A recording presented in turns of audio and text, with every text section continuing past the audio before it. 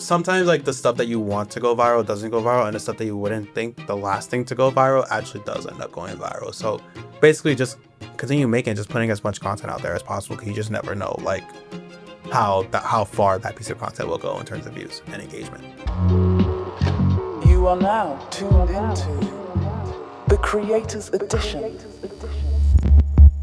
Welcome back to the Creators Edition podcast, where we talk about nothing but creativity and we find out the different nuances about everything that goes on in the social media world. Today we have a very special guest, my good friend. I've known him for about a year now, but he's a really good friend. And I really value what he has to offer when it comes to creativity, when it comes to social media, because he's very knowledgeable and very professional as well. Let's give a warm welcome to our special guest, Damani. Thank you for that intro. I know we've known each other for like a year, but it's felt like 5 years. Nah, for real. And I like friendships like that because, and I'm big on like energy. I really feel like when you meet someone and you're like, yo, you guys could just like hit it off or whatever the case may be, and it's just like it just makes sense. Yeah. I think like those are the most valuable like relationships you can have. No, yeah, totally agree. Thank you for having me. Oh no, I'm excited. thank you for pulling up, man. Yeah. So yeah, like tell us a little bit about you. What do you do for a living? Yeah. And then you could give us like a backstory of how you got into what you do.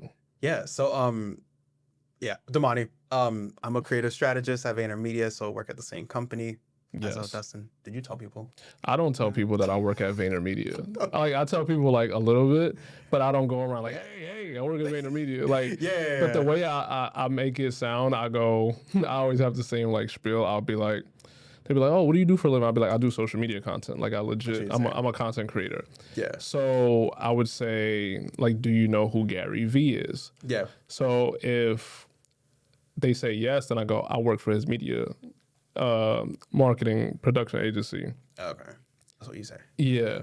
But if they say, I don't really know who he is, but then I'll be like, you probably know him by face, but I'll say I work for like a marketing agency and I do content for the agency. Okay. But I feel like once people say like they do know who he is, it makes it that much easier to like explain. Yeah. Because I think a lot of people don't realize you can be a content creator at a marketing agency. Yeah. So, and I'm already a content creator, so it can confuse people. Like, so you do brand partnerships, you do like deals, yeah. You know, so it can get like a little like tricky. Yeah. But yeah, I've never like perfected like saying like what I do for like work, honestly, because like to your point, like I would say like I work at like VaynerMedia and say like, do you know Gary Vaynerchuk? And then if they do or no, don't, then that would like depend on what answer I say. But I try to say like I'm like just work at like a marketing agency or like creative like social media agency. So like I help like do strategy for like different brands, like help with creative strategy for different brands and stuff like that. So that's good. And then how long have you been at Vayner? I think in June it's gonna be 4 years. Wow. And that 4 years, like it's felt like maybe like 10, like a decade, honestly. There have been a lot of changes so far. I've been there only for a year, and I feel like I've been here for longer than that. Yeah, and I feel like you've gotten like so like I couldn't even tell that you've been at Vayner only for like a year. Honestly, it felt like you've been here like you've been around the block. Yeah, for sure. You know. So you say you do creative strategy. Like, what exactly goes into that? What is like your team structure, if you're able to say? Yeah. What is like the day-to-day of your job? Yeah, so for strategy, it's very like, it depends on like the different accounts that you're on. But what strategy main goal is like basically to like, I would say like mine for like, we call them like signals at VaynerMedia, but like any like trends or like anything that's happening in like culture on social media or anything that's going on within like the platform. So like part of our job, for example, what I love to do, I think maybe like what I'm the best at is like finding like different signals, whether it's like a really cool format that people are using on Instagram or like Facebook or like Threads, and like leveraging them to like leveraging them and working with like the creative teams that help make the social media content put that together to life or put it together. in a way where it comes to life. But yeah, a lot of my job too is in regards to that, like also working with like the creative team. So like you, for example, or like a shed editor to make sure like all like the content like that goes out like looks good, but also to make sure that it ties back to like the business objectives or like the goals that like the brand would have. Like if they want to speak to like a different cohort, like a priority cohort for like this like tentpole moment that's coming up. Tentpole just means like a big seasonal event too. It could be like that. But yeah, a lot of it too is just like how do we get like the best social media content to speak to like the right voices and like the right audience and the right messaging that's like relevant, pretty much. Wow. yeah. It's funny being a creator because when we have our meetings Yeah. and a strategist has to present all the things that they find Yeah. and what they think is relevant for maybe it could be a campaign that the brand is running Yep. or just like a natural, we just need to put stuff on social. Yep. So it's always been interesting to me Mm-hmm. how you guys come about what you bring. Yeah. And I think part of our job is honestly to make sure that the creative's work shines through the most. I think what I love the most is like helping the creative team like get their ideas across where like the clients and like everyone else on the team like enjoys it or likes it. Because like for example, like I worked on like Jimmy John's, for example, and like a big thing was like making sure that the ideas that we had like ladder back to like, you know, different goals that the client wanted or something like that. So like if the creators had like a really good idea, I think our job as a strategy is to make sure how do we get their idea to shine through or how to make it like the best that it could be, where like they could be able to shine within like they could use like their own palette, whatever skills that they have. Plus like our thinking towards like, okay, we have this skill set. Maybe you could use this skill set to speak to like this demographic or like maybe use this type of edit or whatever, and then make sure that the client agrees with it. It's like making sure like helping us help you like shine through, I guess. Yeah. Like the best way I could do it. And okay, cool. I think that's really, really dope because that's like my ideology when it comes to the team structure. Because I've been on a team where I feel the creators may have been undervalued in a way. Like it was totally like the least important thing, and I'm just like, we have to make the content, sucks, you know? But I would always tell other people that I meet with and say, make sure, like if you're not a creator, like if you're a strategist or I don't know, maybe CP or whatever the case may be, make sure you meet with the creators of the team and just understand what type of creator they are. Yep. I think that helps a lot. That way you don't have, people can focus on their strengths and maybe not things they're not as strong in. Yep. Because I feel like there's a lot of people that work there that have different skill sets when it comes to making content. And like, yes, we call them a creator, but there's so many different ones. There's some people that are actually comedians and they don't actually make, say, I don't know, meme content or whatever the case may be. Yeah. But they're really great at maybe writing jokes for like Twitter or X and Threads and maybe some Facebook stuff.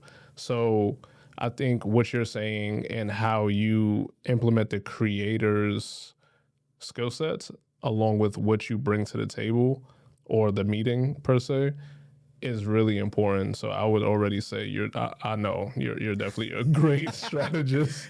Like I think that like that's exactly what would drive success for like a brand or an account. Yeah, I'm happy you mentioned that because like when I was on Jimmy John's too, like we had like 3 different creators. So like one creator was whatchamacallit, I'm trying to remember. He was like skit based content, which was like really hilarious, like more like comedy. Okay. And then there was another creator who like did like, you know, like special effects and like edits and stuff like that, like a shed editor. Yeah. Essentially. Yeah. And there was another creator. Those that, that don't know, a shed editor is just a shooter / editor. So someone who shoots the content and edits it. They may not be in the content. They're pretty much like the videographer for those that don't know. Yeah, thank you. I think being at this company, it's like you say a lot of acronyms like out loud in public and non-work settings, and you're like using them like just casually, and then you gotta remember like the person does not know like what you're talking about, so you have to like clarify it. Yeah, so for those that are But watching yeah, or listening, that's exactly what a shredder is. It is also known as a shredder as well. I don't know why it has two names, two of this like I've similar heard that. names. Yeah, Like people can either say shredder or shredder, and it's literally just someone who shoots and edits. So yeah. yeah. And then the other creator was like a little bit of both, honestly. But sometimes like what we would like what strategy would have to do, or like sometimes we get asked that sometimes the creative would ask me to do is like, can you like find stuff that's happening like in culture or like in social media that could relate back to like me in terms of like my skill set. Like if there's like a funny format that people are using for like skits, that would be great for like creator A who's big into like skit format. And then if there's like a really cool format or anything that's going on in culture that's related to like creators B skill set of like edits and like, you know, all that trippy animations, maybe like stuff and types of stuff like that, that would apply to creator B or whatnot. So Nice. yeah, it's important to definitely like understand like what your creator is doing, and what their specialty is, so that you guys are able to just have that like nice synergy right off the bat, and you guys could just maybe, just like create really really great content and uplift Yeah, each other. I love that. Also, you had mentioned something about cohorts. So could you break that down further? What is or are cohorts? How do you go about defining what a cohort is Yeah. and how it pertains to strategy and obviously the bigger goal? Yeah, so cohorts are honestly just like detailed like target audiences, and like they're a huge part of our like strategy in general because it helps the creative like team know like who they're creating like content for. Um the differences between like just like a user persona or just like a general audience is that we get like more detailed. So like for example, like instead of like just saying like 18 to 30-year-old like millennials or just like any like generation, what cohorts does is like we just basically like dimensionalize, so like we go a little bit more deeper. So like it could be like millennials who are like moving to like New Jersey in order to like raise their family or to have a better, you know, better support system for their children, something along those lines. It was very specific, but that's the point of like those like cohorts, like it's to be like as specific as possible. And like we always say like at the company too as well, make sure that like the cohort name, like the name for this target audience is the same as like what you would put into like a Google search engine, like in terms of like what you're looking for a specific person, as detailed as possible, so that one, like essentially that for the creative team, I think it's like the most important, the creative team know like who they're making content for. And with that cohort in mind, it's just easier to like get like more creative ideas flowing for whatever like account or whatever like brand that you're working for. Okay, nice. I like that. So that also makes me think now when let's say you just got the account at Vayner and you're having the first talks about all the social media stuff that could possibly be.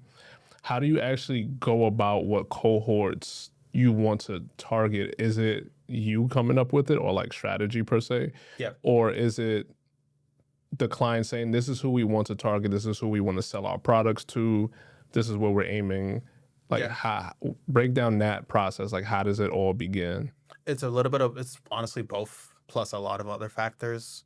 One thing is like clients, for example, would have like their own like data that they would like onboard us with in terms of like getting acclimated with the brand. And they would say, okay, like this is like all the data that we have from like social media posts before you guys worked with us. Like we want to target this audience because we see like a lot of people of this age engage with us.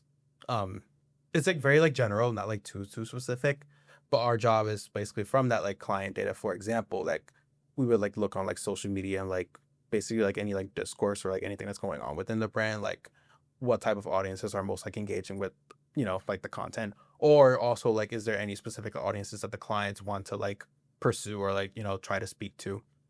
Sometimes it could be like related to like, it could be related, like it's like a natural like sync, like Jimmy John's, for example, it was like college students, like that's like easy to get, easy to understand why they would be targeting them because it's like a Yeah. nice like hangover food. Yeah. Yeah, fun fact. And then like other accounts like or other teams, like they want to go after what we call like a wild card cohort, like a completely like different like audience that hasn't been like reached yet or tapped into, that they want to like tap into as like a goal for like the brand or like the company itself within like the year or so. But yeah, it's a little bit of that.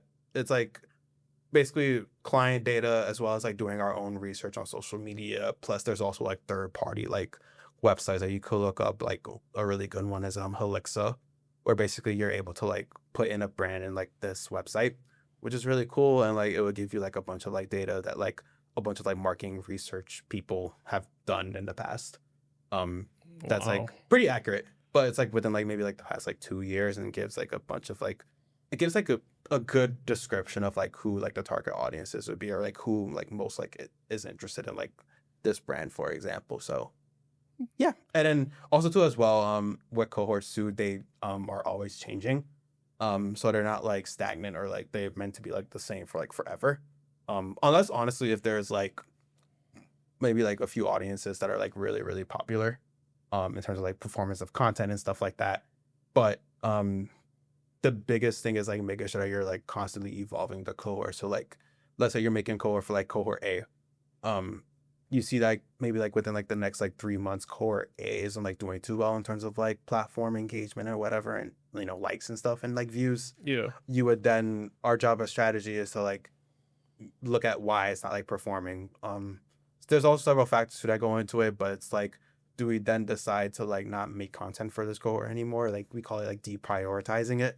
Gotcha. Or making a change to the cohort name just because we've seen it's not this exact cohort, this audience is engaging with the content, but rather it's like maybe like a younger or like a older age bracket engaging with the content instead, or a completely different audience instead that we are tapping into that we didn't even realize. And then you would like either like you would make it like a change, so like you would like add them to like the cohorts that you want to like target, or honestly just like deprioritize and not target them anymore, or honestly like a little bit of both, where you just like change the name of like the cohort that you have. Wow. I didn't even know so much went into Yeah. strategy. Like, and you guys, because a lot of times we have these meetings every week. So sometimes they're depending on the brand or the account, it may be once a week, it may be 3 times a week. Some accounts is 5 times a week. So bringing all this information is definitely even just opening my mind, and also giving y'all flowers for even saying like, I have a newfound respect. Like, wow, I didn't even know you go through all of that, So Yeah, I appreciate it. is there like, do you ever find success on like a certain platform only? Like, do you have a favorite platform? Ooh. Like what, like, yeah, like what is your favorite like platform and why?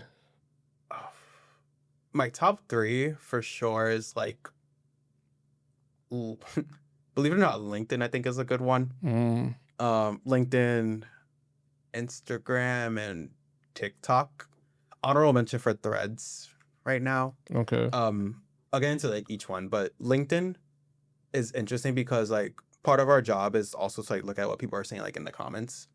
And on LinkedIn, it's like very like professional, also like very corporate-y, but in a way where like if you're a brand on like LinkedIn, all of the comments are like pretty like thoughtful and like has like a potential way to like make like another like piece of content for, if that makes sense. Okay. So yeah, there's no like spam or like any like silly comments. Like everything on LinkedIn is like real and like kind of like raw emotion, which I think is like really helpful. Because like compared to like sometimes on TikTok, you get like sometimes like 10 comments and you're like, oh, we got a lot of comments, like 100 comments, and a lot of them are like they don't make any sense. Where it's like first, something second, something unrelated. Yeah, exactly. Silly comments like that you can't like really leverage to, like use as like inspiration or to bring back to the team, being like, hey, we learned this, when you like really need like an insight or something like that. Same goes with like Instagram too as well. Instagram, I think it's like maybe like more thoughtful comments compared to like TikTok. One thing though I give TikTok for is like the photo comments are all hilarious, which I really love on TikTok. Yeah. But yeah, Instagram though, like I love like just like scrolling through like my feed and like reels too as well. But yeah, and then I say an honorable mention for Threads because like I feel like Threads is like the more like wholesome version of X right now. Yeah. There's like a lot of like nice like communities on like Threads that I think a lot of like brands should be like taking opportunities around or like taking more advantage of. And yeah, and also I feel like you could have like your most like intrusive thoughts on there and like you wouldn't be like kind of like judged for it, but in like a funny way. Yeah, I think the thing I like about Threads is when it first came out, I was like, is this pretty much like X? But I think it evolved so much since they first created it. And It has. like you said, communities, I think that's the important piece. Soon as you make a is it called a thread? I guess. A thread, yeah. Yeah, as soon as you make a thread, Yeah. you can instantly put it into whatever community you're doing. So for me, for some of my personal content, I do reaction videos to reality dating shows. So I did a bunch for like Love is Blind. And as soon as I made a thread, I just said, hey, put it in the Love is Blind community. And then I started garnering a bunch of people in those conversations. So I was like, this is really great. Like, I can post literally to the demographic or the cohort, for the sake of this conversation, directly. And I think that's really important. And sometimes when I do go on there, I also do acting as well. So I'll see people posting to like the actors thread, or they're talking about directing. Hey, I want to create my own film, and then they find investors that way on threads. And I think it's very community based. And even the funny stuff on there, when one person makes a thread about something, there's a bunch of people in the threads underneath having a full blown funny conversation.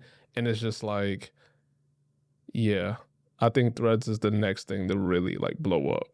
Yeah, I feel like with threads, it's like I've seen like a bunch of like people like, for example, saying like drop like it be like a wholesome thread, like draw a picture of yourself, like, you know, like big calling all like big women, even like some like really like wholesome threads where like you're getting people to just like drop like a comment or a specific like theme or something like that, which is like really, really cool. Yeah, it's something that I think on people on X try to do, but it's like there's a lot of like these bad like people, or like, you know, people who like try to like hate on each other on X, and threads doesn't have like that same like type of energy, which I think is really good and refreshing. Yeah, and yes, very refreshing, because even like, what you're saying, even like posts I've seen before too, like, hey, I'm 35 and I'm single. Who else is 35 and single with no kids? And you'll literally see like a bunch of people just commenting with their pictures. So even people just willing to be a part of the conversation and being confident in this is a safe space for me. Yeah. Like, they're very confident in posting like their own picture, and then seeing other people going, yes, or you look beautiful, or oh my gosh, you're handsome, or whatever the case may be. Yeah. I think that, like you said, is very refreshing, and we haven't had that for social media in a long time. So wow, shout outs to threads. Yeah. Instagram though, I think it would be like my favorite. Not thinking about it. Okay, I can see that. Yeah. Also, I'm like the most active on there compared to like all the other ones. Like, yeah, I feel like it's been around the longest, so it already has like this. Like, you're already putting it as your number one. Yeah. Everything else just started coming out like a couple years ago. Yeah, exactly. Pretty much. Do you have a favorite? Ooh, I do. TikTok is actually my favorite. I think TikTok it still gives me that refreshing feel, like what we were just saying. Yeah. And people on thing about Instagram is I've had Instagram for so long, and I've been here for so many different changes that I feel like sometimes Instagram just gets in their own way. Yeah. And they try to make their identity or transform their identity, at least for a phase or so, into whatever else is working somewhere else. Yeah. So Instagram was great when it was in chronological order. We're all asking for chronological order back. Oh, yes. And yes. I think once it changed, it was like, also, what's the point of having followers? Because now your followers don't get to see your content. I followed you to see your content, but now I don't see your content. Yeah. So even like fast forward to now, if I post something today, you might not even see it until a week from now. Yeah. So when I see things and it's like, oh, this came out, today's April 1st, but why am I seeing something from March 15th? Wow, that's crazy. Yeah. You know what I'm saying? So the reachability is kind of like staggered, and that's the thing that I don't like from a creator standpoint. Yeah. If you're someone that just likes consuming content, then, and Gary Vee says this all the time about it being interest media, that's exactly what it is. Exactly. I was literally thinking the same thing. I was so now your explore page is nothing but what your interests are. It isn't about what's popular. Yeah. And even your timeline, when you're scrolling through Instagram, it might be about maybe something I posted. Like if I'm on my timeline, it would be say something you posted because I've already say liked 10 of your posts before. Yeah. So Instagram is like, this is something I want to see. So it'll be you, someone else who I have liked 10 posts of, and then an ad. Yeah. And then this person to follow, and then this person to follow, and then an ad, and then someone else whose post I don't really like that much, and I'm seeing it a week later.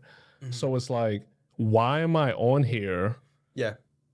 to see things that I'm seeing two people that I have interest in, then I'm seeing someone I'm not interested in, and then I'm seeing ads. Yeah. And then I'm seeing something that's old. So it's just like all over the place, and I'm just like, yeah. And they had a great thing with pictures. Like I really think they should always prioritize like photos. Agree. Videos, a lot of people do know, but I guess a lot of people don't know as well. Like when they first dropped their videos, it was to like compete with Vine. And then I remember those days. yeah, so they took over that. Then they came out with IGTV to compete with YouTube. I forgot about IGTV. Yeah, a lot of people don't even know about it. And people don't know that it was a whole separate app. I didn't know that either. Yeah, so people didn't know it was a didn't know separate app. And then it didn't I work forgot out. about Then they integrated it into Instagram. And then it was like not working, so they forgot all about it. And then Yeah. obviously stories is from Snapchat. So I heard now too. I think TikTok is trying to like do their own like TV thing. but even to stay on the topic of, let's say, interest media, how do you feel about Pinterest, and how could that be valuable to brands and or normal people, like personal brands as well? Yeah, I think in the era of interest media, I personally actually have never like been on a brand that like leveraged like Pinterest, honestly. But what I can say is that I think Pinterest is definitely like something that a lot of like brands should leverage, especially if you're maybe like, if you're like a fashion, like a beauty brand, or like anything that's like visually like appealing. Yeah. I think that's like the biggest get for like a brand, maybe like a JCPenney or like any other like fashion or beauty brand, to like get on it, so that you're able to like reach those audiences there who are like maybe looking for like inspiration for like fashion outfits for like different seasons, or like anything around like those lines, and like that anything that like people are looking for like visuals or like inspo for. I think they need to like be on Pinterest. And honestly, I've there's like no, I think our goal too as well, in terms of like when it comes to like social media marketing, is to be on as many platforms as possible, so that you could like reach more audiences. Like there's no harm in being on one more platform or anything like that. And I feel like a lot of brands are still like missing the mark on that, in terms of like being on as much platforms as possible, especially the ones that are like really like popular right now, like a Pinterest or even like a Threads too as well. But yeah, I also personally too, I use Pinterest just for like visual inspiration too as well, whether it's like looking for like fashion fits, or even just like looking for like pictures for like my wallpaper, stuff like that too. I think is why definitely brands like, and even creators too, they need to be continuing to like leverage Pinterest for themselves. Now you're making me want to go on Pinterest, because the only time I used Pinterest was I want to start dressing up and looking more not business casual, but like I guess like business casual in a way, Yeah. like wearing like not suits all the time, but wearing like suits, and maybe obviously we had the quarter zip movement, the Chelsea boots and outfits like that. So I would go on there, and then when I used to have braids, I used to go on there and see what type of hairstyles. Wait, you used to have braids? Yeah, I did for 3.5 years. 2.5 years? Yeah, so wow, okay. I grew my hair during COVID. I need to see Obviously, pictures. I got after you. this. Well, since we talking about braids, but I grew my hair during COVID because there were no barbershops, and then I remember my barber was actually like, obviously side story, was charging like I think like $100 to do like house visits, and I'm like, I'm not even going anywhere. I'm not paying $100 just to cut my hair. But you have to think about it. He was also, he had to travel to wherever you were to cut your hair at that point. But yeah, for me, I just stayed home during COVID. Yep. So it was just like, what's the point? So I just was like, let me just let my hair grow. And then I ended up getting braids. So instead of getting like, say, regular cornrows or whatever the case may be, I'd be like, I want to switch it out. Let me see what's on Pinterest. What type of different styles can I get? Yeah. And then I would just show it to like my hairstylists, and wow. then they'll do that. Okay. And then why did you get rid of the braids? It was just time. I think I feel like hair holds a lot of energy, and I think at the time I was just like I want a new wave of energy. I think I need to like clean my palate almost. Like I felt I like how you said that too. because it was also, and like I said, I do acting as well, so I was like it's a different look for me. So I can now do different things with my look. I can have braids. I can have it in different styles. I can have my hair out and have like a fro or do like a curly fro. Yeah. And just have different things. So I was getting booked for commercials and stuff, which was great. And then I was like, all right, let me change it up. Yeah. And it was too much maintenance. Like I have to go get my hair braided. That's already 2 hours in the chair. Then I have to go to the barbershop, get a shape up. That's another 45 minutes in the chair or 30 minutes. I'm like, yo, why does it seem like an all day thing just to get my hair done? Yeah. Just for it to get messed up again in like a week and a half, 2 weeks. And I'm just like, yeah, no. I was like, I need something more low maintenance, but also energy wise, like instantly when I cut it, I felt 1,000 times lighter. And I was like, yeah. Yeah. That was me when I got my hair cut. I used to have like a big afro. Okay. But it was like with a temple fade, and I would use like a sponge brush Okay. to get like all like the curls. Yeah. Honestly, it was like so annoying because like especially like in the morning. Oh yeah, I bet. Like Waking up. Yeah, waking. That's like the worst part about like having like a lot of hair. It's like, Yeah. the waking up, like I'm a morning person, so like I would love to like go to the gym, for example, and like when I used to have like that hair, I would just honestly put on a hat and like try to have all my hair fit under like the hat. Like it was so annoying, and I was like, but yeah, that's why I got waves now too, because like it's just like easier, and like honestly, all you gotta do is like put on a do-rag too to go to the gym, so it's like like not too much maintenance compared to like it's never hair growing out. You could wear a hat. It instantly like fits on your head. I bought a lot of hats when I had hair, and now I'm trying to wear them, and I'm like, dang, I had so much hair because now my hats don't fit me; they're too big. I was like, I don't even know what to do with it now. But yeah, I think man, shout out to everybody that always wants to transform how they look just to be, on a better path in life as well. But yeah, enough for the sidebar story. We can talk about that later. But just to go back to what you were saying with the platforms and being on as many as possible, I think that's great advice, by the way. I think I actually want to play around with that personally to see different analytics for myself and my own content. But how do you go about trend forecasting? And as a strategist, what does that look like and how does it help? So typically, we actually, part of like trend forecasting at Vayner, we would have this term called like constellations. Never heard of it. Oh, never. Honestly, we haven't like really used them in the past like year or two. Okay. There's a person on the team who used to lead them, but like with everything going on like at the company, I feel like it's just gotten like a bit like deprioritized or like not a priority at the moment for people. Yeah. But basically a constellation is like a certain like trend or like pattern that we're seeing based across like multiple signals or like multiple things that are happening in culture. One thing, for example, is like the popularity of like Western culture. One of the signals could be like Beyonce with like her Cowboy Carter album. Sorry. Yeah. People getting popular with like cowboy boots, and like a bunch of like other stuff related to that, and that's part of like the trend forecasting where it's like if you see a lot of like different things going on in culture that are related in a way that kind of like predicts maybe like a bigger trend that's like happening, or it could be just simply like a really funny trend on TikTok that has like no substantial like meaning to it. But our job too in strategy is like to try to see if there's like a meaning behind anything that's like trending going on, and I think that's a huge part of like trend forecast to see like will this take off or will this like continue. One of the things like honestly is like the cordyceps trend.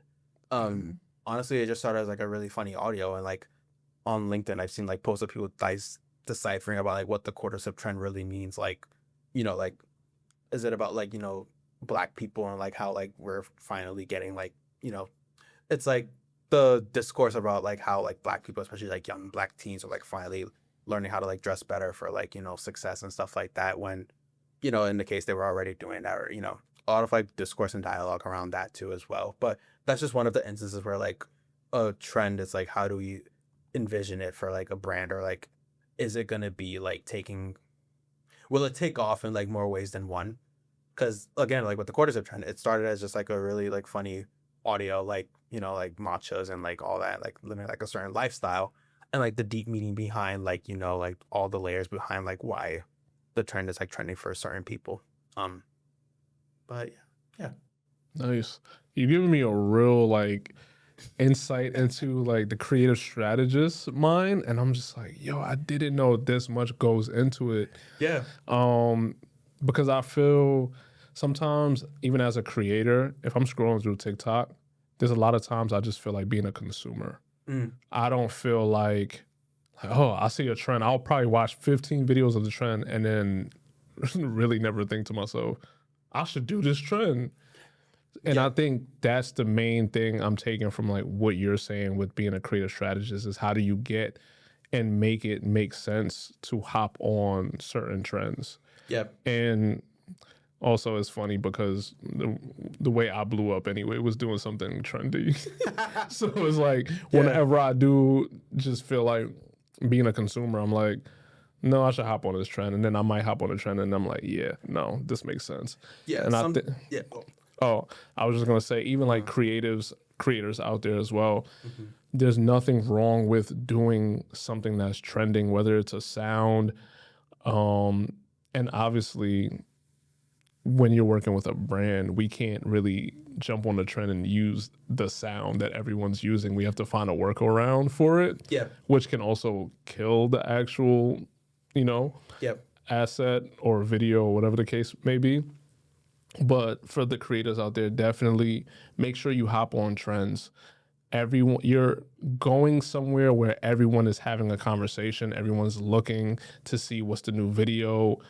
And that's a good way to find reachability and find a new community and find followers for yourself. So never shy away from using any trendy audio, any trends that involve dancing, dressing, eating at a certain place or eating certain food or whatever the case may be, especially when you don't know when or how to create content. If you ever having writer's block or creator's block, just hop on a trend. Yeah. And one thing I've learned too is that like, just like working in social media, sometimes you could have like you gotta have like a passion for like, this one idea, and then on TikTok you post it and it doesn't do well. Versus like when you actually have to like reluctantly do an idea because like the client wanted it, but then you tweak it to how you like think it could be best, and then it blows up and has like 1 million views.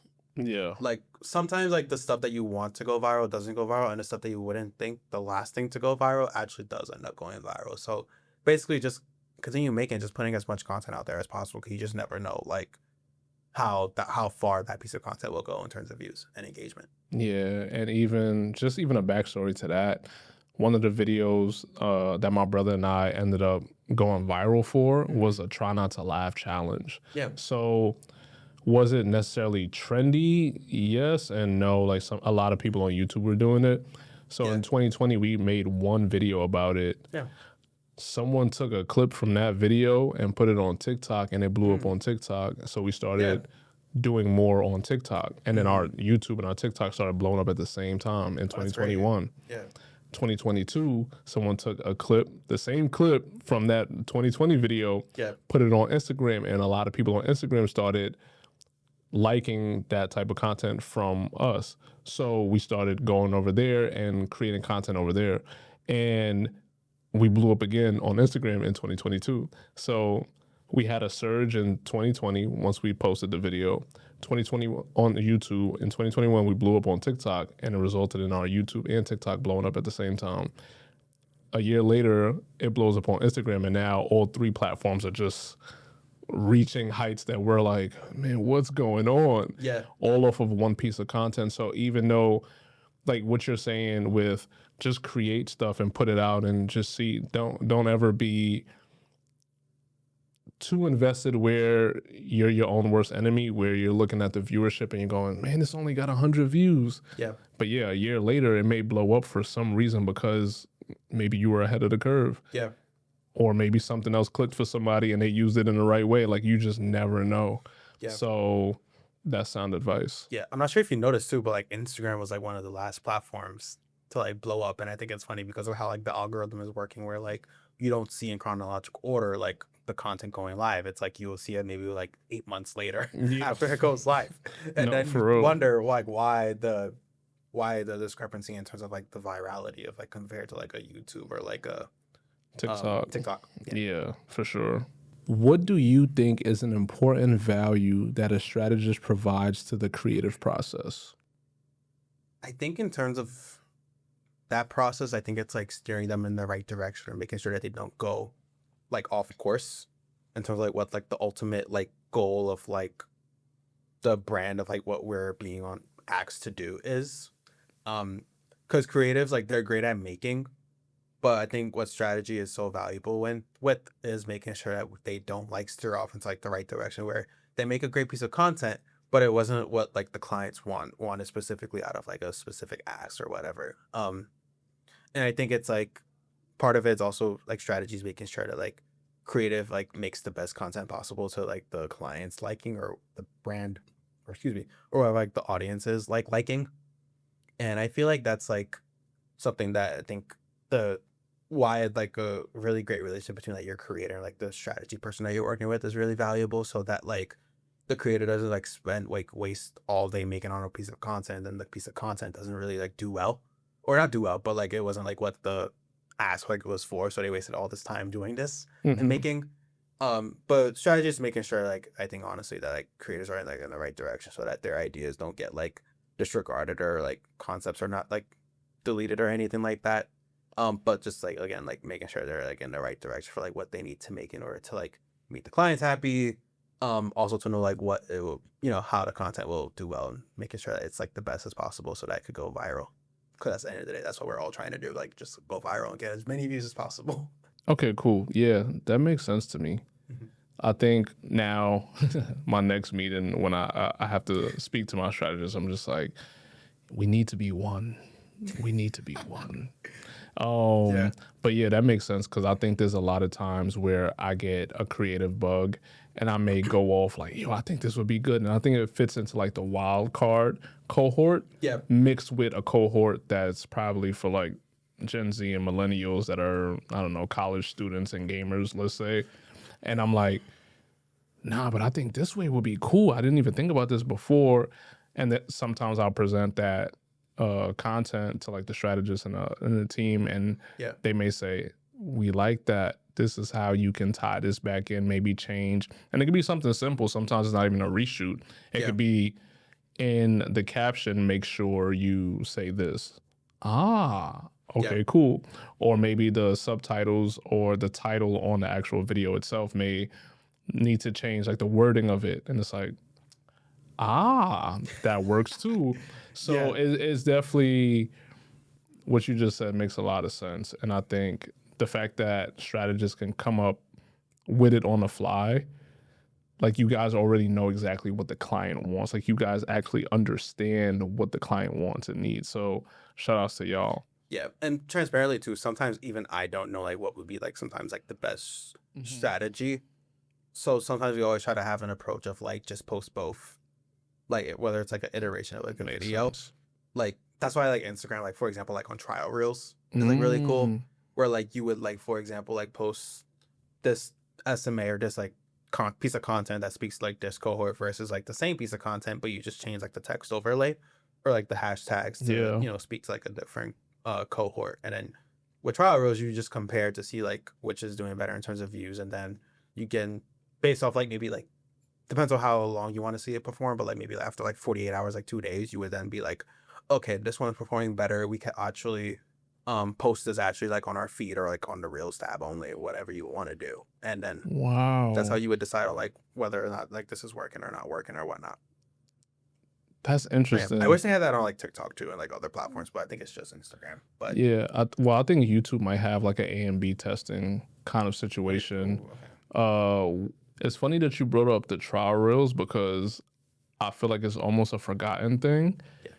Yeah. Personally, when I used it, I didn't know when you use it, like how you said, you can put it up for 48 hours and then you can then post it. I think I left mine up for like, say, I don't know, a month.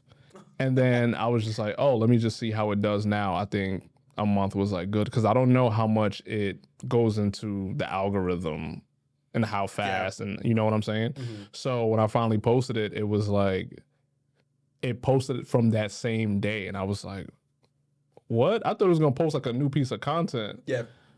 Not something that's really old. And I was like, oh man, I don't know if I like this like that. Yeah. But the A and B testing, like you said, you wish TikTok had it, but YouTube actually does have A and B testing for thumbnails and titles. Yeah. So now with your knowledge and obviously knowing, being a strategist, how does A and B testing work well for you?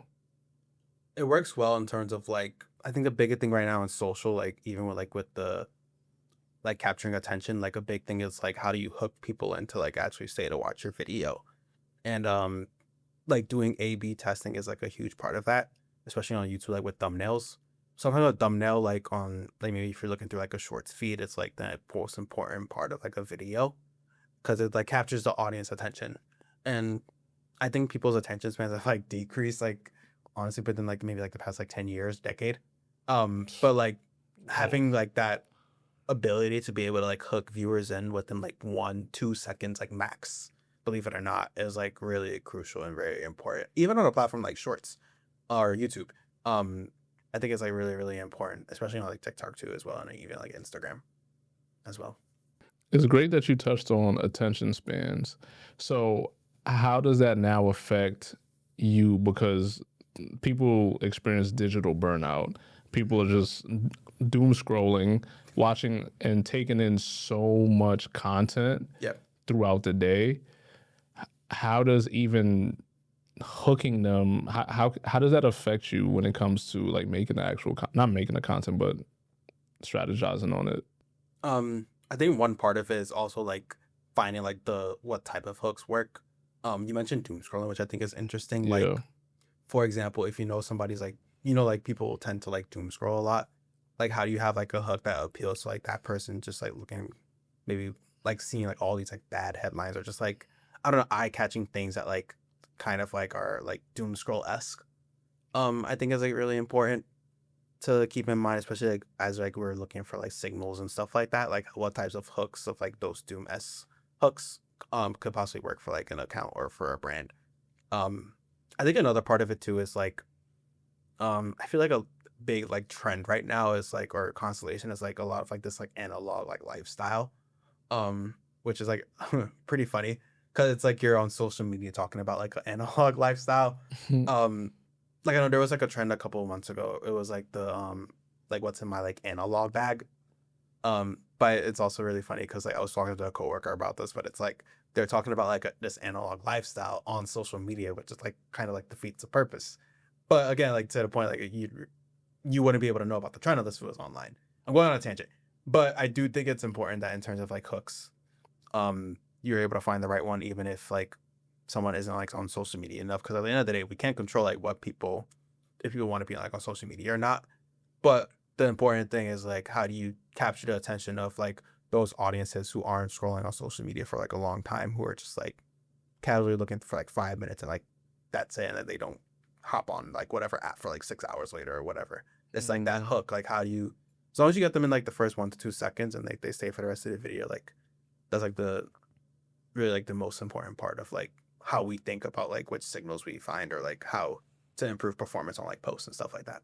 So you spoke about analog lifestyle. What exactly does that mean for the people out there that don't know, and myself, because I don't know? Oh, my bad. Yeah. Analog lifestyle is just like, I think you're trying to define it the best way, but I think it's just a way of like you trying not to be on, like trying to be online for too long. It's like more of like kind of like touching grass and just like using different forms of like entertainment that aren't related to like your phone or like technology. So it's like, for example, like using like reading a book. Maybe there you go. Thank you. Yeah, reading a book. Maybe even using like a old like camera, like an old school camera, like a point and click camera, like little stuff like that. Reading books, like drawing, painting, like those type of like entertainment instead of like just like constantly like doom scrolling and being on your phone for like 24/7, or it's like the antithesis or like the complete opposite of like being an iPad kid. Wow. See, I knew you was very knowledgeable. You teach me things I don't know anything about. Like I didn't know that's what it was called, like analog living. Yeah. But what specific skill set do you think a strategist would need in 2026 as we embrace interest media? There's a lot, but like one thing that comes to mind, and I feel like this will come over time, like as you like look for like trends and stuff like that. It's like on the fly, how do you see like a format or just like really cool reels post in like the first like 10 seconds? How do you see it coming to life for like a specific brand that you work on? Um, I think I don't know if it's just because like I've been like doing this for like 4 years, but like part of me, even like when I'm scrolling like on a weekend casually, sometimes in my head, there's like a strategy part of my head where it's like I would see like a really cool post and I would think, oh yes, I could use this for the brand that I'm working on for work. And that way like what I end up doing is like slack it to myself and like remember it for like later. I think it's like that knack for like knowing like what format could possibly work for like the brand that you work on. I think is like a really, really cool skill. I say that because sometimes when we're actually looking for like signals, for example, during the workday, sometimes your feed would not give you anything. But sometimes like the best ideas, at least strategic ideas, could honestly come from like a thought in like the shower, or in this case, actually just scrolling through your phone like on the weekend. Even though you're not working, it's like sometimes like in my head for strategy, sometimes you need to like have that brain part of your brain always on to think about like if you see like a really cool post like in the wild, not at work, how could it work for your brand regardless? Or if it's cool, like how can you see this coming to life for like whatever like thing that you're working on? I feel like it's like really something that I think a lot of strategists should have. Honestly, in 2026 and honestly just like in general, maybe especially for like Instagram because of like the algorithm in terms of like interest and like getting posts that aren't relevant, not relevant, but like maybe if that aren't in chronological order from like 8 months ago. I think it's like really, really crucial. And then also too as well, another thing is like AI. I think is important. At least at our company, there's like a big push for us to like use like a specific type of AI to get like better output for like work, even to help with like optimizing like creative content. So like helping you come up with like different hooks and like different like text captions, I think is like really crucial. This is something I'm still working on, but kind of like mastering like AI prompting so that I'll be able to like to get the best like creative output for not bit best like output in terms of like what the prompt gives me. So like I could help like better like the creative output, whether it's like different text overlays or like how to write like these like different like strategic themes or insights better so that the creative teams can like better understand it and take away from that something that it could be fruitful for them when they're making content or something like keep in mind for like whatever they're doing on their brand. Got you. Wow. Wow. Okay. Wow. I don't know about you guys, but I'm over here like a sponge. I'm just like, yo, I'm learning so much. I feel like I'm on another like onboarding session. Now when Monday comes around, I'm just gonna be like a whole new person. Just like I know so much right now that you guys don't even know. Another thing I was gonna ask you, um, do you comment under these brands? Not comment under the brand, sorry. Do you use the brand socials to comment on other things within social media, the culture, and the platforms? I haven't recently, but yeah. Oh, the last thing that I was working on was for like Jimmy John's, and what we would do is like we call it comments as creative, Cassie for short, or the abbreviated version of it. But like we would like do like our best to like try to like comment underneath like posts that were related to like specific cohorts that we wanted to target. That's how it like ladders back up. Okay. But like in terms of like making sure we always like do our best to like target like different like communities, whether it's like untapped ones, whether it's like sports or like reality TV. If they clients like really want to do something passionate about that. But yeah, I think commenting on posts is like really essential, especially like on maybe platforms like TikTok and Instagram, where like a lot of times like the comment section itself are like I think more popular than the post itself. Yes. um literally you would get like when like if there's like a funny video, people are like, I'm running to the comments, and like it would have like a funny picture of themselves running to the comments or like a meme about that. Um, but that's why I think commenting is like really important and really essential for brand growth too as well. Because sometimes it's not even like the content that does really well. It's like the comments where like you get a lot of like, fruitful insights, and you also get like a lot of like just like funny content that you could possibly like stitch to make even like more content for like an Instagram or even for like a TikTok too as well. Yeah, it's like it can turn into like an inside joke or something and Yeah. create some sort of brand relevance and brand loyalty too. Yeah, it builds more community too. Yeah, for sure. So even with talking about commenting as creatives, what is the real value for brands when that's done and when it's done right? I think the value, one, builds more community within like people that follow like your brand, or even just like trying to get like new cohorts and like audiences to like follow you. I think it's like really huge and really important. Also too, it grows like it grows like your network. Like the fact that people have more eyes on your page is really important, especially when a lot of it's like based on like relevancy. Like being relevant is a part of like being those like conversations. Um, whether you're commenting on like a random other brand post or even just like commenting on a really viral video. But I think the important thing to take into account is like how you do it. There's been countless stories of brands like not doing it right, or honestly like getting blowback because like it's not like people know that it's not like genuinely them commenting, or it's like they're trying too hard. And I think like the worst thing that you could do as a brand is like to try too hard. When you comment on other people's posts, it should definitely feel like natural, and it should be like, natural. It should flow well. It should make sense.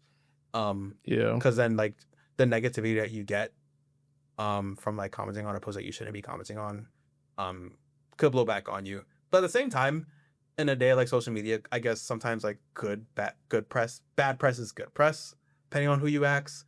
But at the end of the day, you wouldn't want to be a person that people talk about as like a bad example of like why a brand shouldn't be commenting at all.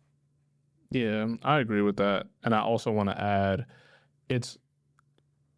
these comments are also organic. So whatever amount, and you spoke about this earlier with people trolling, saying first, second, third.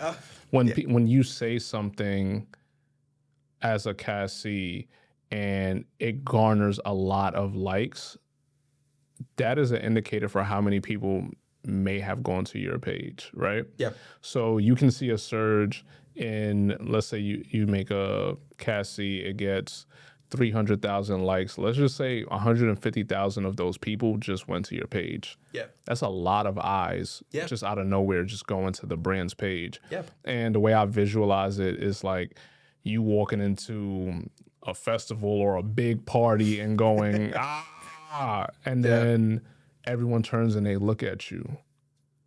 Now you have everyone's attention. Now, what else is on the person's page? May it be something, a hook that brings them in, and now they're turning into, you know what? That's a nice, if it's, I don't know, a clothing brand. Wow, that's a nice dress. Wow, that's a nice suit. How much is it? I'm gonna click the link in the bio and just go see about it. Or I'm gonna go to the store and see how it fits on me or whatever the case may be. Yeah. And I think organically, you're just getting people to look at you.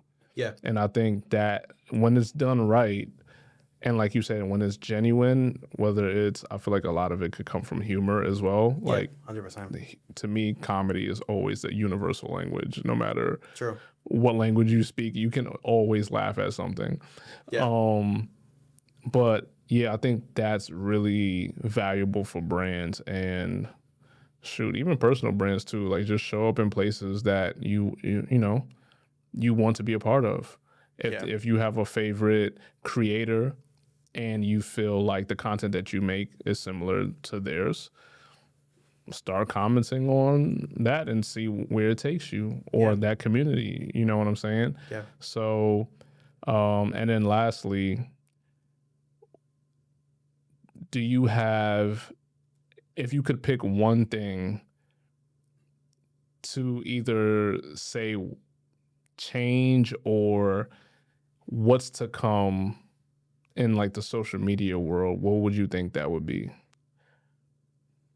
Or you would want to see more of, or Like, how could you be ahead of the curve?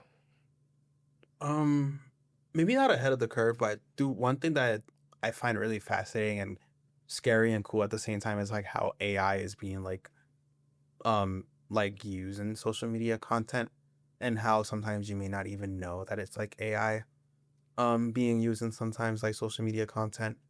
Um I remember there was like this, I think it was maybe like last year, there was like this like interesting article about I forgot, like a lot of like companies like using like AI as like they would like use AI to make like black creators online, where they would like basically influence somebody to buy like a certain product, and it's actually really crazy. Wow. Um but something that I think is interesting, scary yet fascinating is like how AI is going to continue to like optimize social media content, whether it's like using Gemini or like, another AI brand to like, you know, make like this like post copy for me, to actually like the actual creative content, how like people are gonna like differentiate it, and how the lines are gonna get blurred between like actual creative ideas, whether like that's like somebody in the creative content, or even like just like AI content where you can't even like really depend on it. And like when I say blur of lines, of like the lines of like whether it's right or wrong, depending on who you ask. Like in the eyes of a brand, it's right because it saves them money, or honestly, it's like easier because like we could actually speak to like the audience that we want because of AI. Versus like if you do it the regular way, where like you actually have a actual person in content. Um, I feel like that's gonna be interesting as like for the rest of the year, and honestly for like the next like decade or so, how those like guardrails, or like how far people are willing to go to use AI to like up their like brand in terms of like followers and views, and people not realizing it's AI until it's like people like actually spot it or whatever. Cool. Thank you, man. Yeah. I appreciate you. I appreciate this conversation. This Yeah. is really dope. Oh, this is great. Thank you again for having me. Oh yeah, this is really cool. Bet. And there you have it. Yeah. Damani, the creative strategist. The next big thing. Has a nice ring to it. See? In this world. So make sure you like, comment, and subscribe. Make sure you follow Damani. And tell a friend to tell a friend, man. Go out there, be creative. Yeah. Be you, be confident, be strong. Just kill it. But yeah, we'll holler at you later. Take it easy, y'all. Peace. Peace.